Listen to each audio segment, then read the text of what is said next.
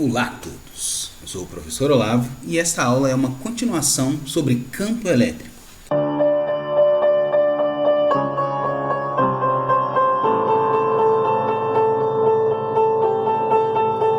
Na aula anterior, vimos a parte que fala sobre a utilização do recurso de particionar o volume ou a área ou o comprimento de um objeto, no caso, para eu achar o campo elétrico de um sólido.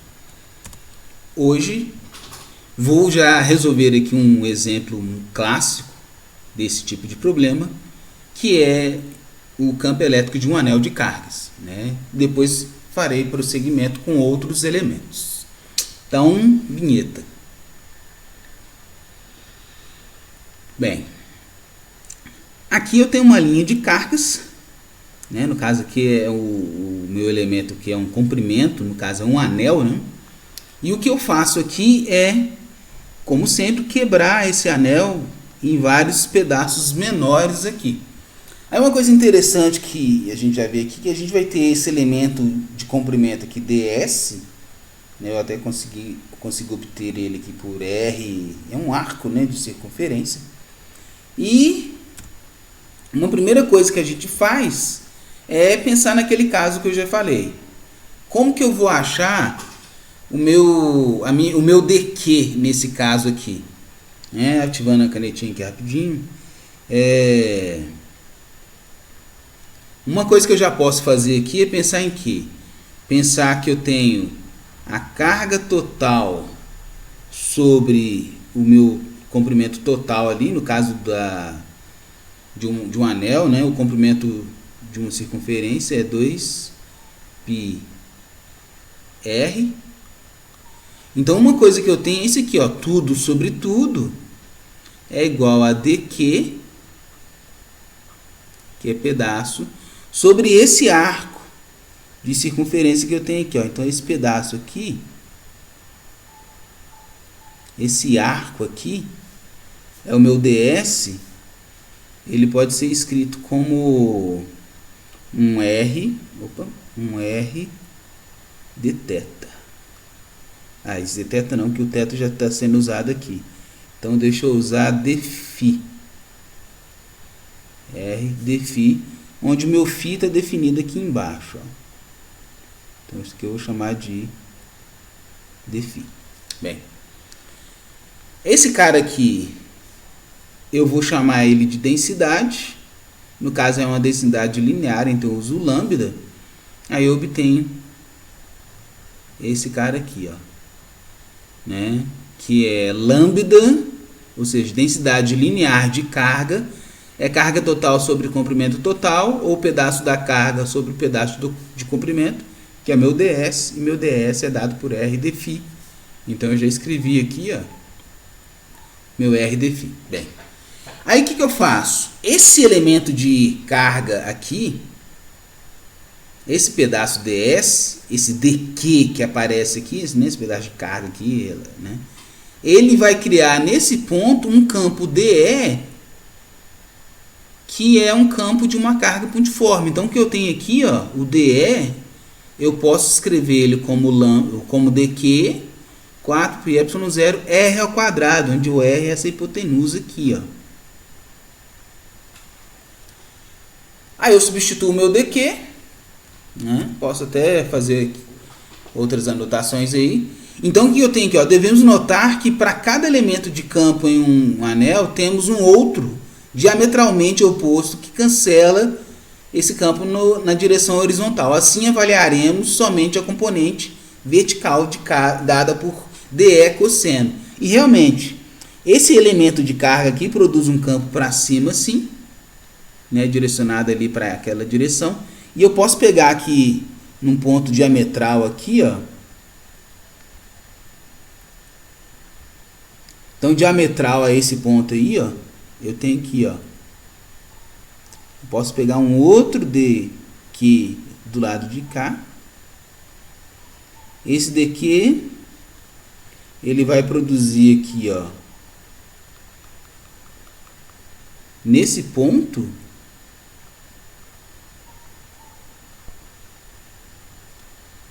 ele vai produzir nesse ponto aqui um campo parecido com esse daqui,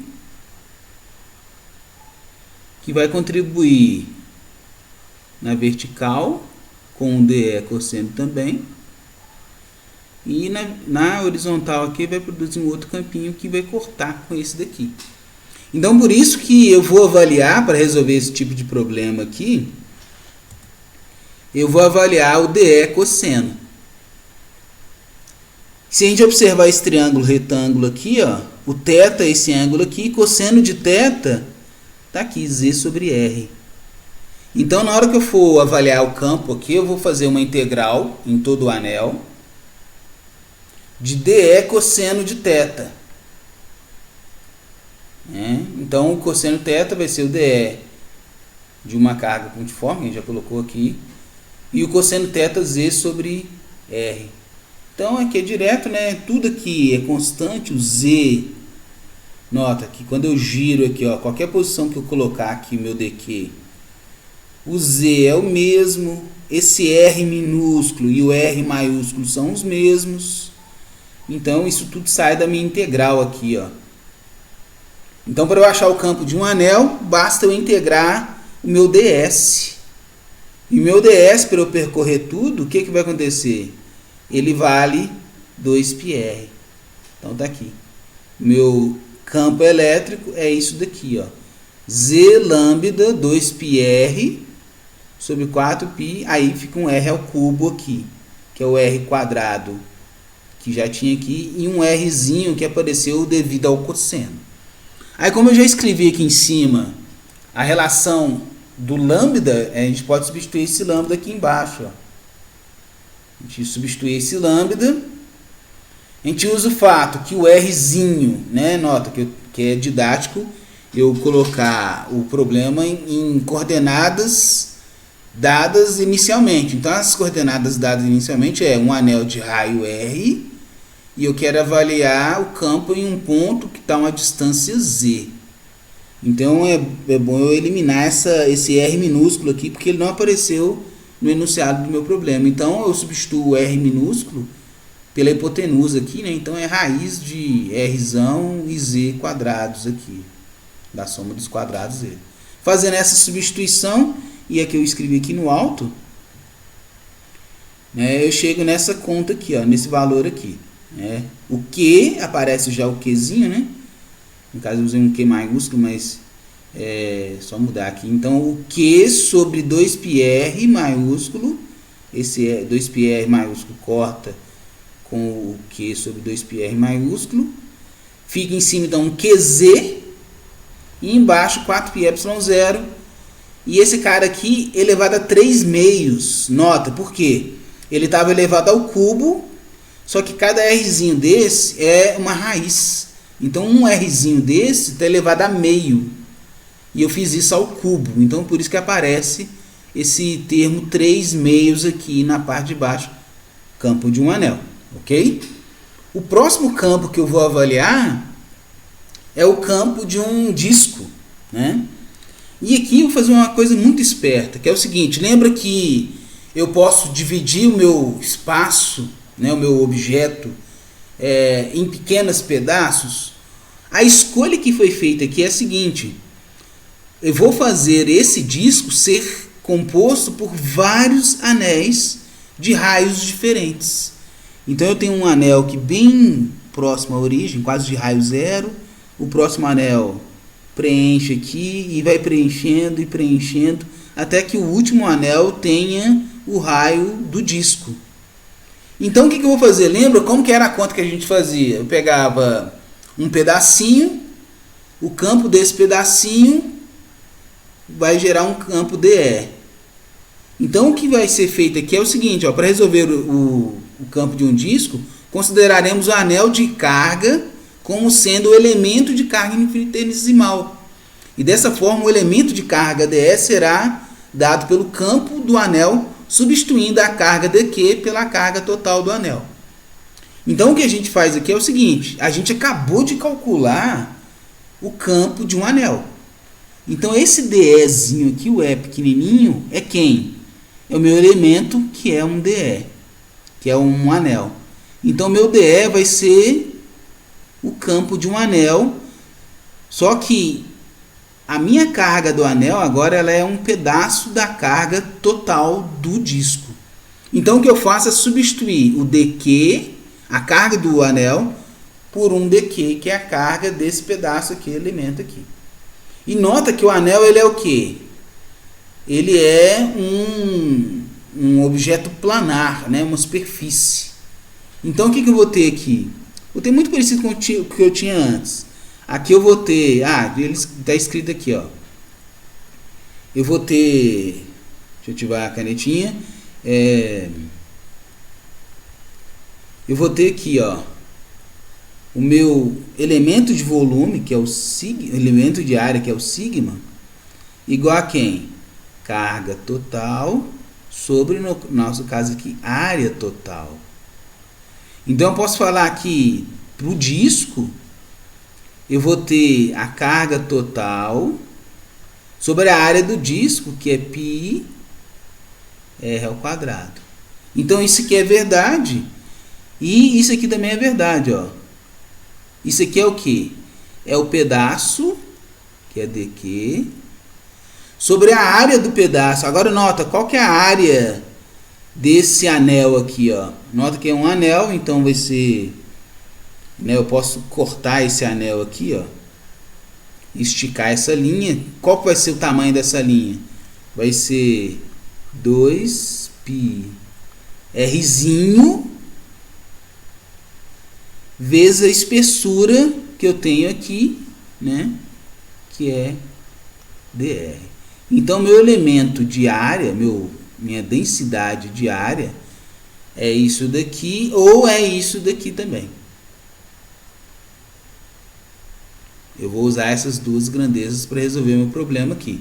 E aqui já está explícito, né? Qual que é o meu elemento de área aqui então? 2πr, que é o comprimento dessa circunferência, dr, que é a espessura. Então é como se eu tivesse cortado esse fio e esticado ele aqui, ó. Então qual que é o comprimento desse cara que eu desenrolei aqui? O comprimento dele é 2πr. E qual que vai ser a altura desse fio? Vai ser essa espessura aqui que já está indicada como dr. Então aqui eu tenho uma densidade de carga por área. E feito isso, lembrando de novo que eu tenho o quê? Né? Eu tenho o campo de um disco, então eu vou integrar o campo desse disco. Quando eu fizer essa conta aqui, olha só, o que eu fiz aqui, ó. Então eu vou ter que fazer uma integral no disco desse dr. Quem é o dr? Acabei de escrever ele aqui, ó. Z dq 4πε0 z ao quadrado mais nota, que aqui, ó, rzinho ao quadrado. Então eu vou ter o que? Eu vou ter vários pequenos triângulos, retângulos aqui, ó. Quando meu r for 0, aí eu vou aumentando meu r. Então eu vou ter anéis de vários raios aqui. Então o raio do anel é uma variável, né, das minhas contas aqui. Ela é uma variável. E esse rzinho, para eu percorrer todo o anel, todo o disco, né? Então eu tenho que pegar anéis de quais raios? Anéis que tem de raios 0 e indo continuamente até o anel de raio R maiúsculo. Então a minha variável de integração é essa aqui, ó, de 0 a R. Aqui eu tirei as constantes, nota que o Z é sempre o mesmo, né? Independente de qual anel que eu pego aqui, o Z é sempre o mesmo. Então o Z sai para fora da integral. O sigma, que é a minha densidade, a densidade também é uma constante, olha só. Ela é Q total sobre πr ao quadrado, então ela também sai da minha integral aqui.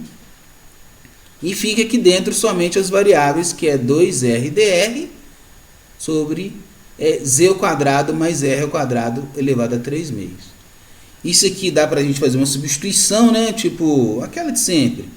Eu chamo aqui dentro de u, o du vai estar aqui em cima, né? Porque se eu derivar aqui, ó, então vai ficar uma integral de 1 sobre u elevado a 3 meios du, né? Deixa eu ver se está escrito isso aí. É exatamente isso. Então aqui, ó, a integral que a gente faz é essa, substituição, né? Z ao quadrado mais r ao quadrado, eu chamo de u. Então meu du é 2r dr, substituindo aqui, ó, vira uma integral. Opa! Vira aqui uma integral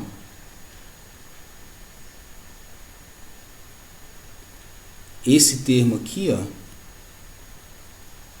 ele vira uma, esse aqui é igual uma constante aqui, né, z sigma sobre 4 epsilon zero, aqui vira uma integral de du sobre u elevado a 3 meios.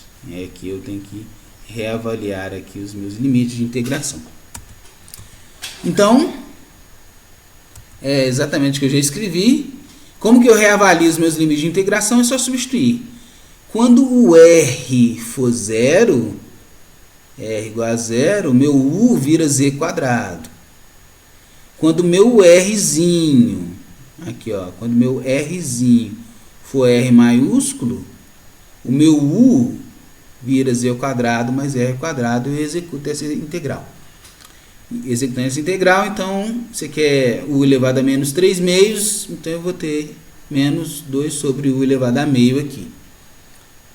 Noto que esse sinal negativo, eu vou inverter meus limites de integração.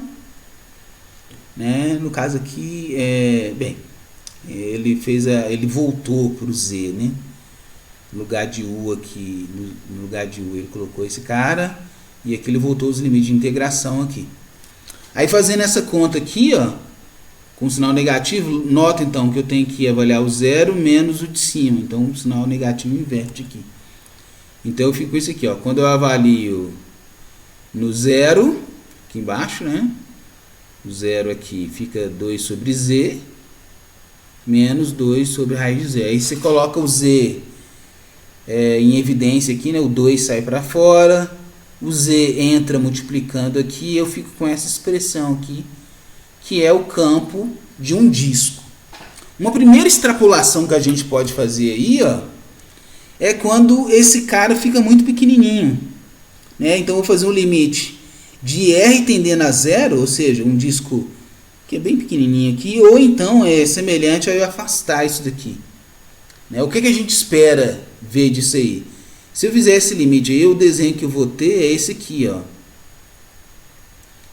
Se eu fizer um z muito grande, ou seja, se eu observar isso aqui de muito longe, esse disco vai ser uma coisa assim, ó. Vai ser uma coisa com um raio pequenininho, né? E eu estou observando ele lá longe. Ou seja, esse cara aqui vai ficar parecido com uma carga pontiforme, uma carga pontual. E é isso que eu preciso, e isso que eu espero ver aqui, ó. Então, se eu fizer esse limite de r tendendo a zero, ou que é equivalente a fazer o z tendendo a infinito, esse termo que aparece aqui fora, ele fica com esse formato aqui, ó. Eu coloco aqui, no caso, o z em evidência, para cortar z com z. Fica 1 sobre esse cara aqui, né? E, se você observar bem, o que eu tenho aqui? Eu tenho aquele caso que eu já fiz, uma expansão de Taylor. Eu tenho exatamente o que eu tenho. Eu vou ter uma expansão assim, ó. Se você olhar esse objeto aqui, ó, esse objeto aqui, ele é o que? Ele é 1 menos o r sobre 2 ao quadrado. Esse cara aqui, ó, elevado a menos meio, né? Então o que eu vou ter aqui? Aqui é z, né? Eu coloquei 2r sobre z. Então o que eu vou ter? O que eu vou ter aqui? Eu vou ter uma expansão de Taylor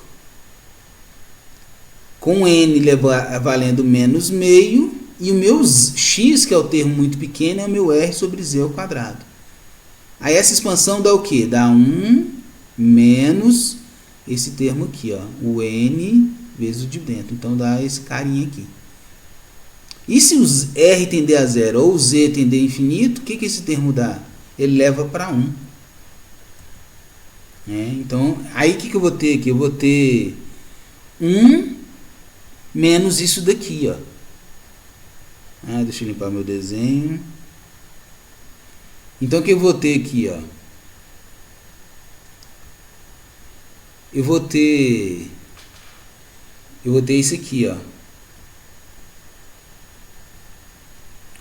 eu vou ter, nem preciso escrever, né? Mas eu vou ter aqui 1 menos esse cara aqui, ó. Então dá 1 menos 1, que dá 0. Esse negativo com esse negativo, sobra esse termo aqui. E substituindo aqui, olha só o que acontece. Sigma vezes π r ao quadrado, eu escrevi aqui no slide anterior, ó. Sigma vezes π r ao quadrado é a carga total. Então, esse termo aqui em cima é a carga total e embaixo fica 4π ε0 z ao quadrado, que é a carga de uma, que é um campo de uma carga pontiforme. Outro objeto que a gente pode obter por extrapolação do campo elétrico de um disco é o campo elétrico de um plano infinito. Como é que eu faço isso? Eu faço assim, ó. Então eu considero que eu estou expandindo o disco para várias direções, ou seja, estou fazendo o raio ser muito grande, né? O raio muito infinito, um raio infinito, um raio grande. Significa o quê? Que esse cara aqui, ó, vai adquirir a forma de um plano, né? Esse plano continua em todas as direções, aqui tem um corte aqui, mas ele existe para o mais e menos infinito no y e mais e menos infinito no x. Então eu consigo fazer o limite de R tender a infinito no campo de um disco e obter o campo de um plano infinito. Então se a gente fizer R tender a infinito aqui, olha só o que acontece. Esse termo aqui fica muito maior que o de cima, isso aqui vai a zero, sobrando sigma sobre 2ε0. Então esse aqui é o campo de um plano infinito, né? Outro objeto que a gente vai calcular aqui é o campo elétrico produzido por uma haste. Aqui eu coloquei posição 1, que é quando a haste está na extremidade. O ponto que eu quero avaliar é a extremidade, né? Então eu chamei de posição 1 essa extremidade aqui. E esse aqui é até mais simples que os que a gente já enfrentou aqui. Eu vou pegar um dx, ou seja, eu vou pegar essa haste e picotar em vários pedaços. E esse dx aqui vai produzir nesse ponto um campo DE, aqui está escrito E, mas um campo DE, dado pela distância x. Então, olha só, o DE que eu produzo nesse ponto é proporcional ao dq sobre x ao quadrado, que é a distância que eu tenho do meu dx, do meu dq, né, até o ponto que eu quero avaliar. Meu dq é, né, lambda, é pedaço sobre pedaço, ou também pode ser o que? Carga sobre L. E é isso que a gente vai até usar aqui futuramente. Para eu fazer a integral, eu tenho que fazer o meu x variar de A até o final da haste. E esse final da haste aqui é uma distância x que vale L mais A. Por isso que a integral vai de A até L mais A. Então é só executar essa integral aqui. Então vai ser um dx sobre x ao quadrado. E as constantes, o lambda e o k, eu tiro aqui da minha integração. Aí no final das contas fica isso daqui. K vezes lambda, que é a densidade linear, e menos 1 sobre x, que é essa integral aqui de dx sobre x quadrado, avaliado no A e no L mais A. Então a conta simples dá isso daqui. Aqui eu já substituí o lambda por carga sobre L. Então carga sobre L aqui. Aí fazendo o MMC aqui, ó, A e L mais A, aqui dá L mais A menos o... Aqui dá A menos L mais A e sobra esses termos aqui. Essa é a haste posição 1. A haste posição 2, eu vou pegar esse caso aqui, ó, né, que a gente tem a haste posição 2.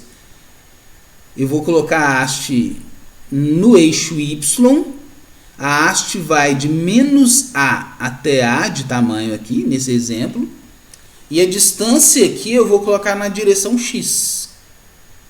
Então nota que na hora que eu picotar o meu Y aqui, né, vai ter um caso em que o meu DY, meu alfa, né, vai ter um caso em que o meu alfa, esse ângulo aqui, ó, né, esse ângulo aqui vai estar relacionado com essa altura y aqui, Então eu vou ter, para cada altura que eu tiver aqui, eu vou ter um ângulo alfa diferente. E de novo, nessa direção aqui eu vou ter um dx. Eu posso pegar um ponto diametral aqui, esse diametral produzir um campo para cima, cuja projeção na direção horizontal soma, e ela vai ter uma projeção vertical que corta com o meu DE para baixo aqui.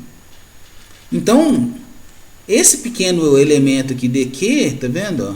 Eu vou fazer o de sempre, pedaço sobre pedaço, ou seja, dq sobre dy tem que ser igual à carga total, Q, sobre o tamanho total da haste, que no caso aqui é 2A. Então, uso esse lambda. E continuo como sempre. O campo que esse pedacinho produz é um campo de uma carga pontiforme. No lugar do meu dq, eu vou substituir por lambda dy. E acaba que eu vou enfrentar aqui, ó.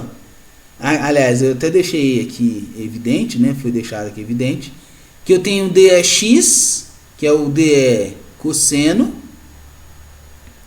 E tem um DEY, que é um DE seno desse ângulo alfa aqui. Nota que ele é oposto pelo vértice aqui. Então eu posso usar esse triângulo retângulo para falar sobre quem é o meu cosseno e quem é o meu seno de alfa, né? No caso aqui, o cosseno para o dx, o cosseno vai ser x sobre r, né? Nota que esse r aqui é a hipotenusa, então o r já aparece aqui uma vez, ó. Aqui é um r quadrado, que é x quadrado mais z quadrado, aqui, ó, nota daqui, né? E aparece um r de novo, então seria um r ao cubo. Então o rzinho é o quê? A gente já viu um slide anterior, é raiz de x ao quadrado mais y ao quadrado. Então fica elevado a 3 meios. Então nota que a direção x desse pedaço de campo e a direção y desse pedaço de campo difere somente por um x dy e aqui um y dy. Fazendo rapidamente aqui, lembra que eu falei que o campo elétrico na direção y é nulo? Vamos testar. É uma conta rápida. Se eu fizer a integral de menos a até a desse objeto aqui, nota que aqui eu tenho um y quadrado. Essa integral é muito parecida com a que a gente fez agora. Aqui eu chamo de u, em cima vai estar o du, então a resposta é 1 sobre essa grandeza aqui, né? Tem elevado a 3 meios, então dá 1 sobre a raiz da grandeza, avaliado em a e menos a. Em a, isso aqui dá x ao quadrado mais a ao quadrado. No menos a também dá x ao quadrado mais o a ao quadrado aqui, né? Porque o sinal negativo dentro do quadrado aqui fica negativo, então dá 0. É matematicamente provado, mas dava para ver também geometricamente, né? A gente escolhe um outro ponto qualquer aqui, esses pontos vão somar na direção x e eu sempre vou ter uma carga em cima e uma carga embaixo com esses componentes cancelando aqui.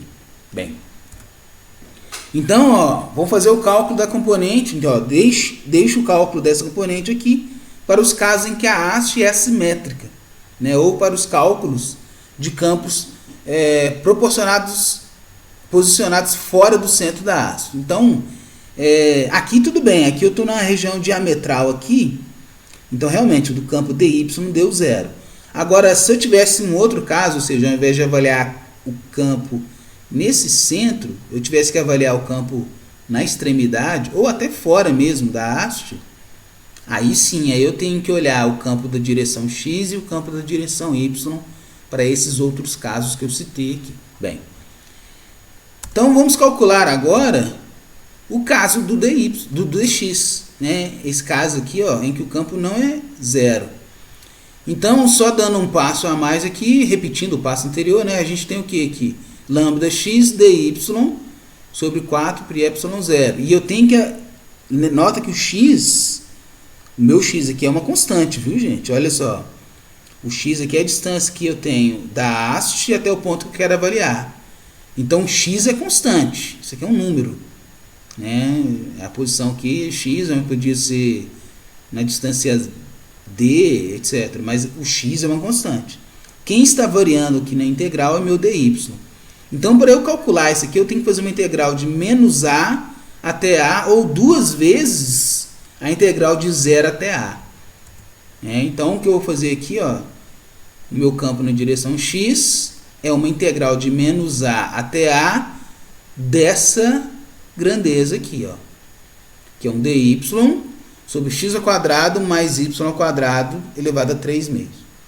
E esse tipo de integral aqui, ó, né, é uma integral do tipo que a gente chama de trigonométrica. A gente tem que fazer uma substituição trigonométrica para facilitar a nossa vida aqui. Então, para fazer essa... Então, já faz uma evidência aqui, ó, por exemplo. Coloco o x em evidência aqui. Aí sai um x ao cubo. Então, nota que eu vou ter essa constante aqui, ó. Lambda sobre 4πε0 sobre um x ao cubo aqui. Então, vai dar um x ao quadrado aqui, né? E essa integral aqui, com esse formato de y sobre x, eu já vou usar a substituição trigonométrica aqui, ó. Se vocês observarem bem, y sobre x, nesse triângulo retângulo aqui, ó, é dado por tangente do alfa. Então, vou usar esse triângulo para fazer as substituições que eu preciso. Observe esse triângulo aqui, eu evidenciei ele aqui embaixo, ó. Y, x, a hipotenusa é raiz de x ao quadrado, y ao quadrado, e o ângulo é alfa. Então, tangente de alfa é dado por isso, e eventualmente vou usar aqui o seno de alfa também. O cosseno é fácil, é só substituir aqui por x. Então, fazendo y sobre x tangente de alfa, se eu derivar o dy, ou seja, dy é quem? Derivada da tangente de alfa, d alfa. Ou seja, o dy vira 1, tem um x aqui, 1 mais tangente quadrado de alfa d alfa. Né? Quando a gente substitui isso, a gente pode escrever também aqui, ó, que 1 mais tangente, né? Deixa eu ativar a canetinha aqui. Mas 1 mais tangente também pode ser escrito como 1 sobre cosseno. Da seguinte forma aqui, ó. Vou escrever aqui em cima, ó. Eu tenho aqui 1 mais tangente quadrado, no nosso caso aqui, alfa. Tangente quadrado é a mesma coisa de seno quadrado sobre cosseno quadrado. Aqui eu vou falar sobre 1. Então, MMC disso daqui vai dar o quê? Aqui o quadrado, viu? Aqui alfa. O MMC disso aí vai dar cosseno quadrado de alfa. Então, vai dar em cima aqui cosseno quadrado de alfa mais um seno quadrado de alfa. E eu sempre brinco que seno ao quadrado mais cosseno ao quadrado é uma maneira divertida de escrever 1. Então, isso aqui é 1 sobre cosseno quadrado de alfa, que está expresso aqui, ó.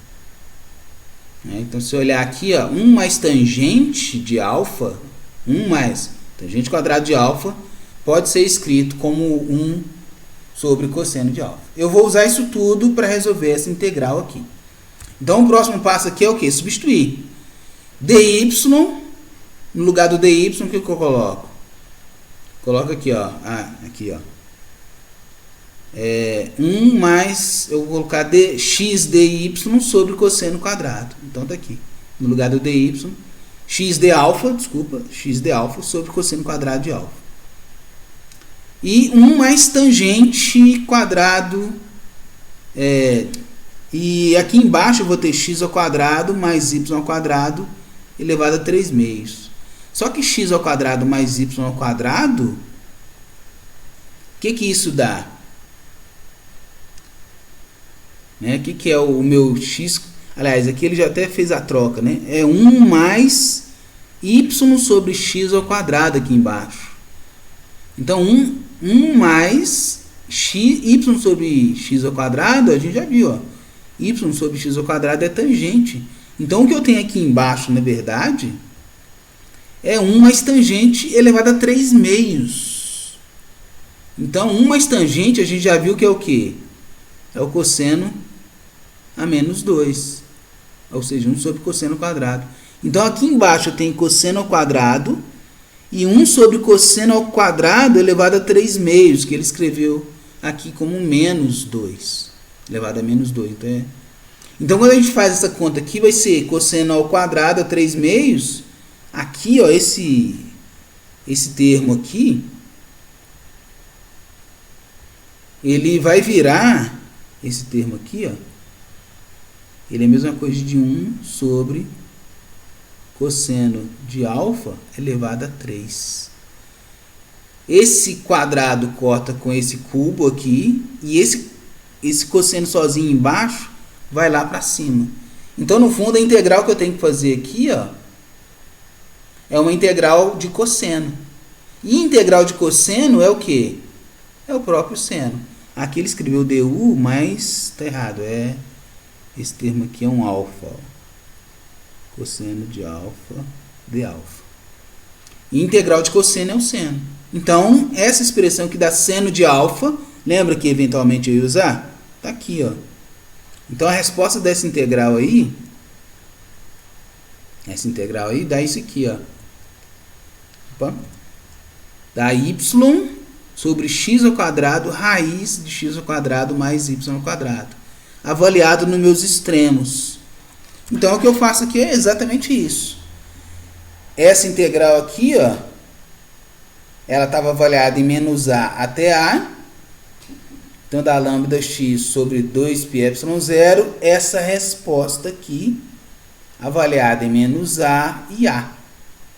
Fazendo essa conta, eu chego que o campo desse objeto aqui, que vai de menos a até a, é dado por essa expressão aqui, ó. Lambda 2a, que dá para cortar 2 com 2 até, 1 sobre essa raiz aqui.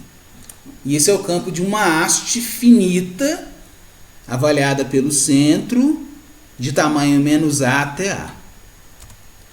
Eu vou aproveitar essa resposta e calcular mais um objeto, que é quem? Esse caso aqui, ó. Vamos pegar então um fio infinito de cargas. Então nota que eu não vou parar no A e nem no menos A. Eu vou até o infinito aqui, ó. Então as linhas de cargas vão até o infinito e desce até o infinito. Então observa que é a mesma simetria, a mesma complexidade de problema anterior. De forma que eu vou pegar a resposta que eu obtive anterior e para eu achar o campo de um fio infinito, o que eu tenho que fazer aqui? O limite do Azinho, esse A aqui, tendendo ao infinito. Porque aí eu vou para um fio infinito para lá e infinito para cá. Então eu vou pegar essa resposta e fazer o limite de A tendendo ao infinito. Então como é que vai ficar isso aqui quando A tender ao infinito? Para facilitar, eu vou rearranjar esses termos assim, ó. 2 corta com 2. Né? Então, eu vou voltar aqui um passo, né? Deixa eu ver. Vou jogar o A lá para dentro. Aqui sobrou um X. Esse X está incorreto. Mas eu vou jogar o A lá para dentro. Aqui está o X. Esse X eu vou jogar ele lá para dentro também da minha integral, né? Então eu vou ter que... um parêntese aqui, ó. Deixa eu ver. É isso mesmo. Então eu vou fazer aqui, ó. Deixa eu pegar a canetinha aqui pra gente ver aqui. Então eu vou pegar essa resposta aqui. O que eu vou fazer é jogar o A aqui para dentro e esse X também eu vou jogar ele aqui para dentro, né? Se ele está quadrado aqui fora, né? Aliás, eu vou fazer esse X aqui, ó. Eu vou tirar ele aqui, ó. Então aqui vai ficar uma coisa assim, ó. Esse cara aqui que está errado, ó.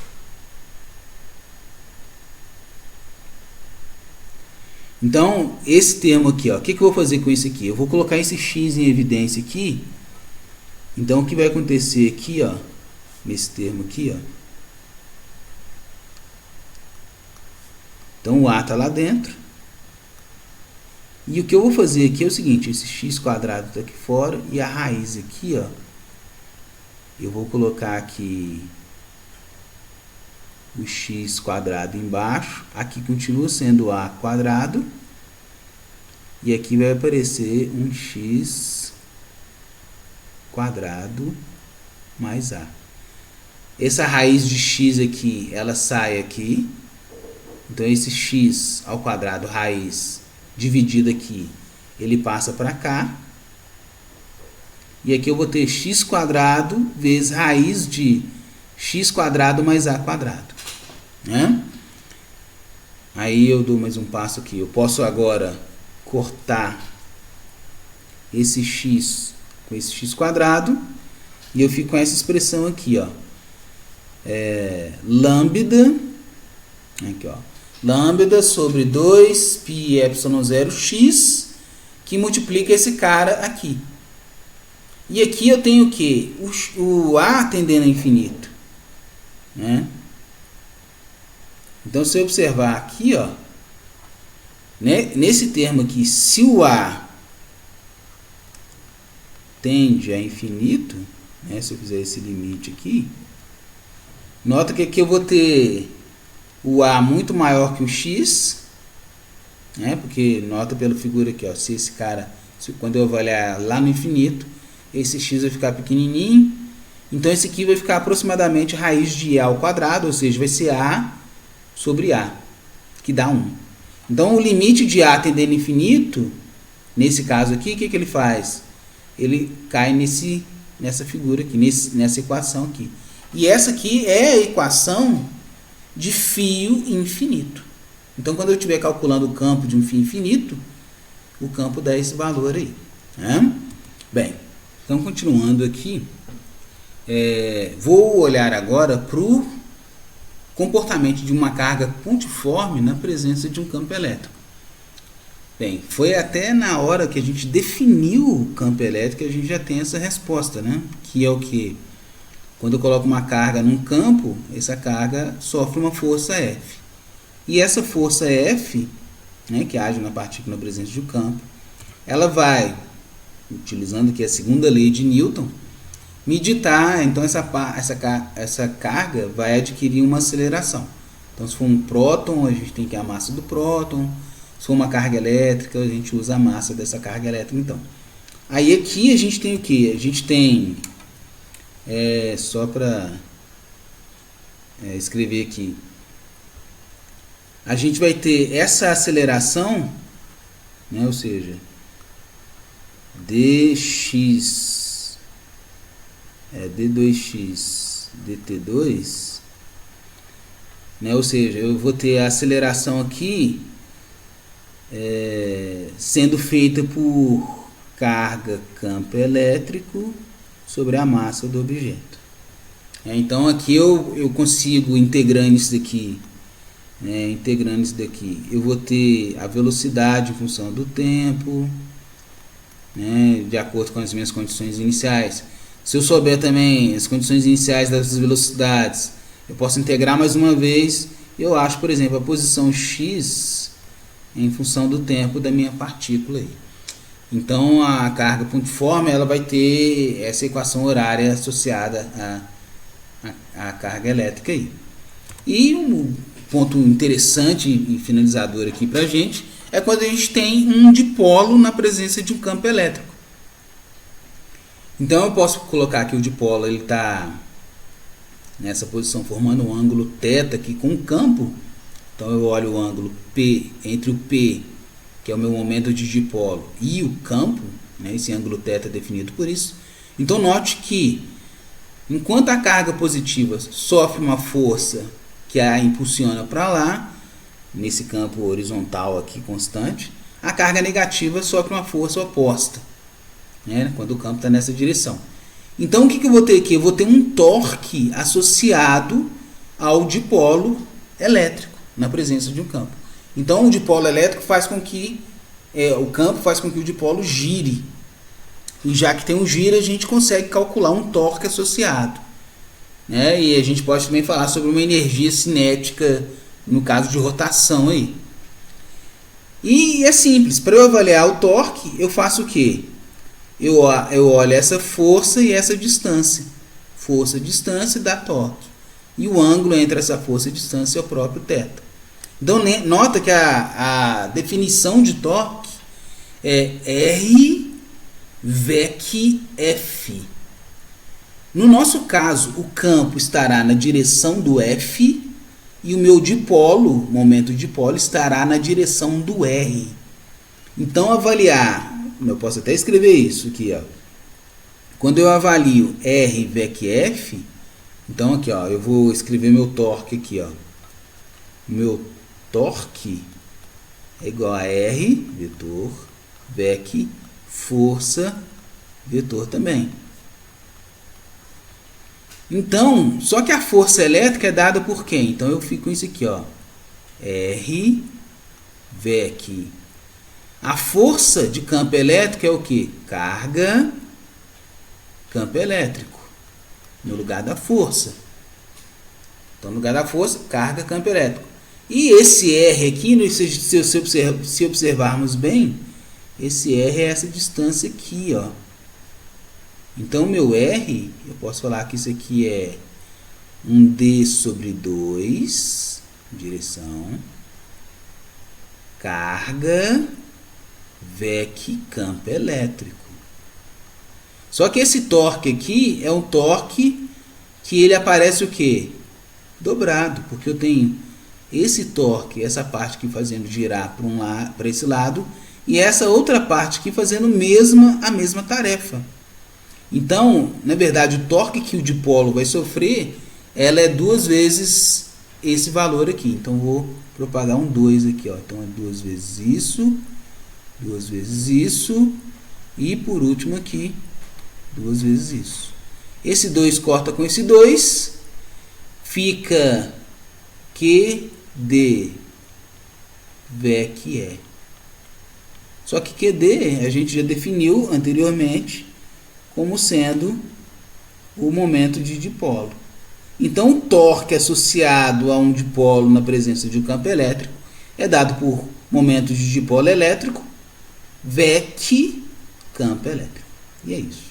E aí, aqui uma aplicação, né, no forno micro-ondas. Então, quando o forno é ligado, uma fonte de micro-ondas produz um campo elétrico alternado. É no interior do forno.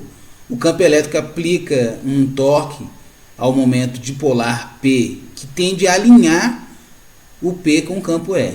Como o campo é alternado, as moléculas de água mudam constantemente a orientação. A energia do campo elétrico é transformada em energia térmica. Portanto, a transferência de energia térmica para o alimento. Então, o que acontece aqui é que esses dipolos na água, né, elas são mexidas com a presença desse campo do micro-ondas aqui.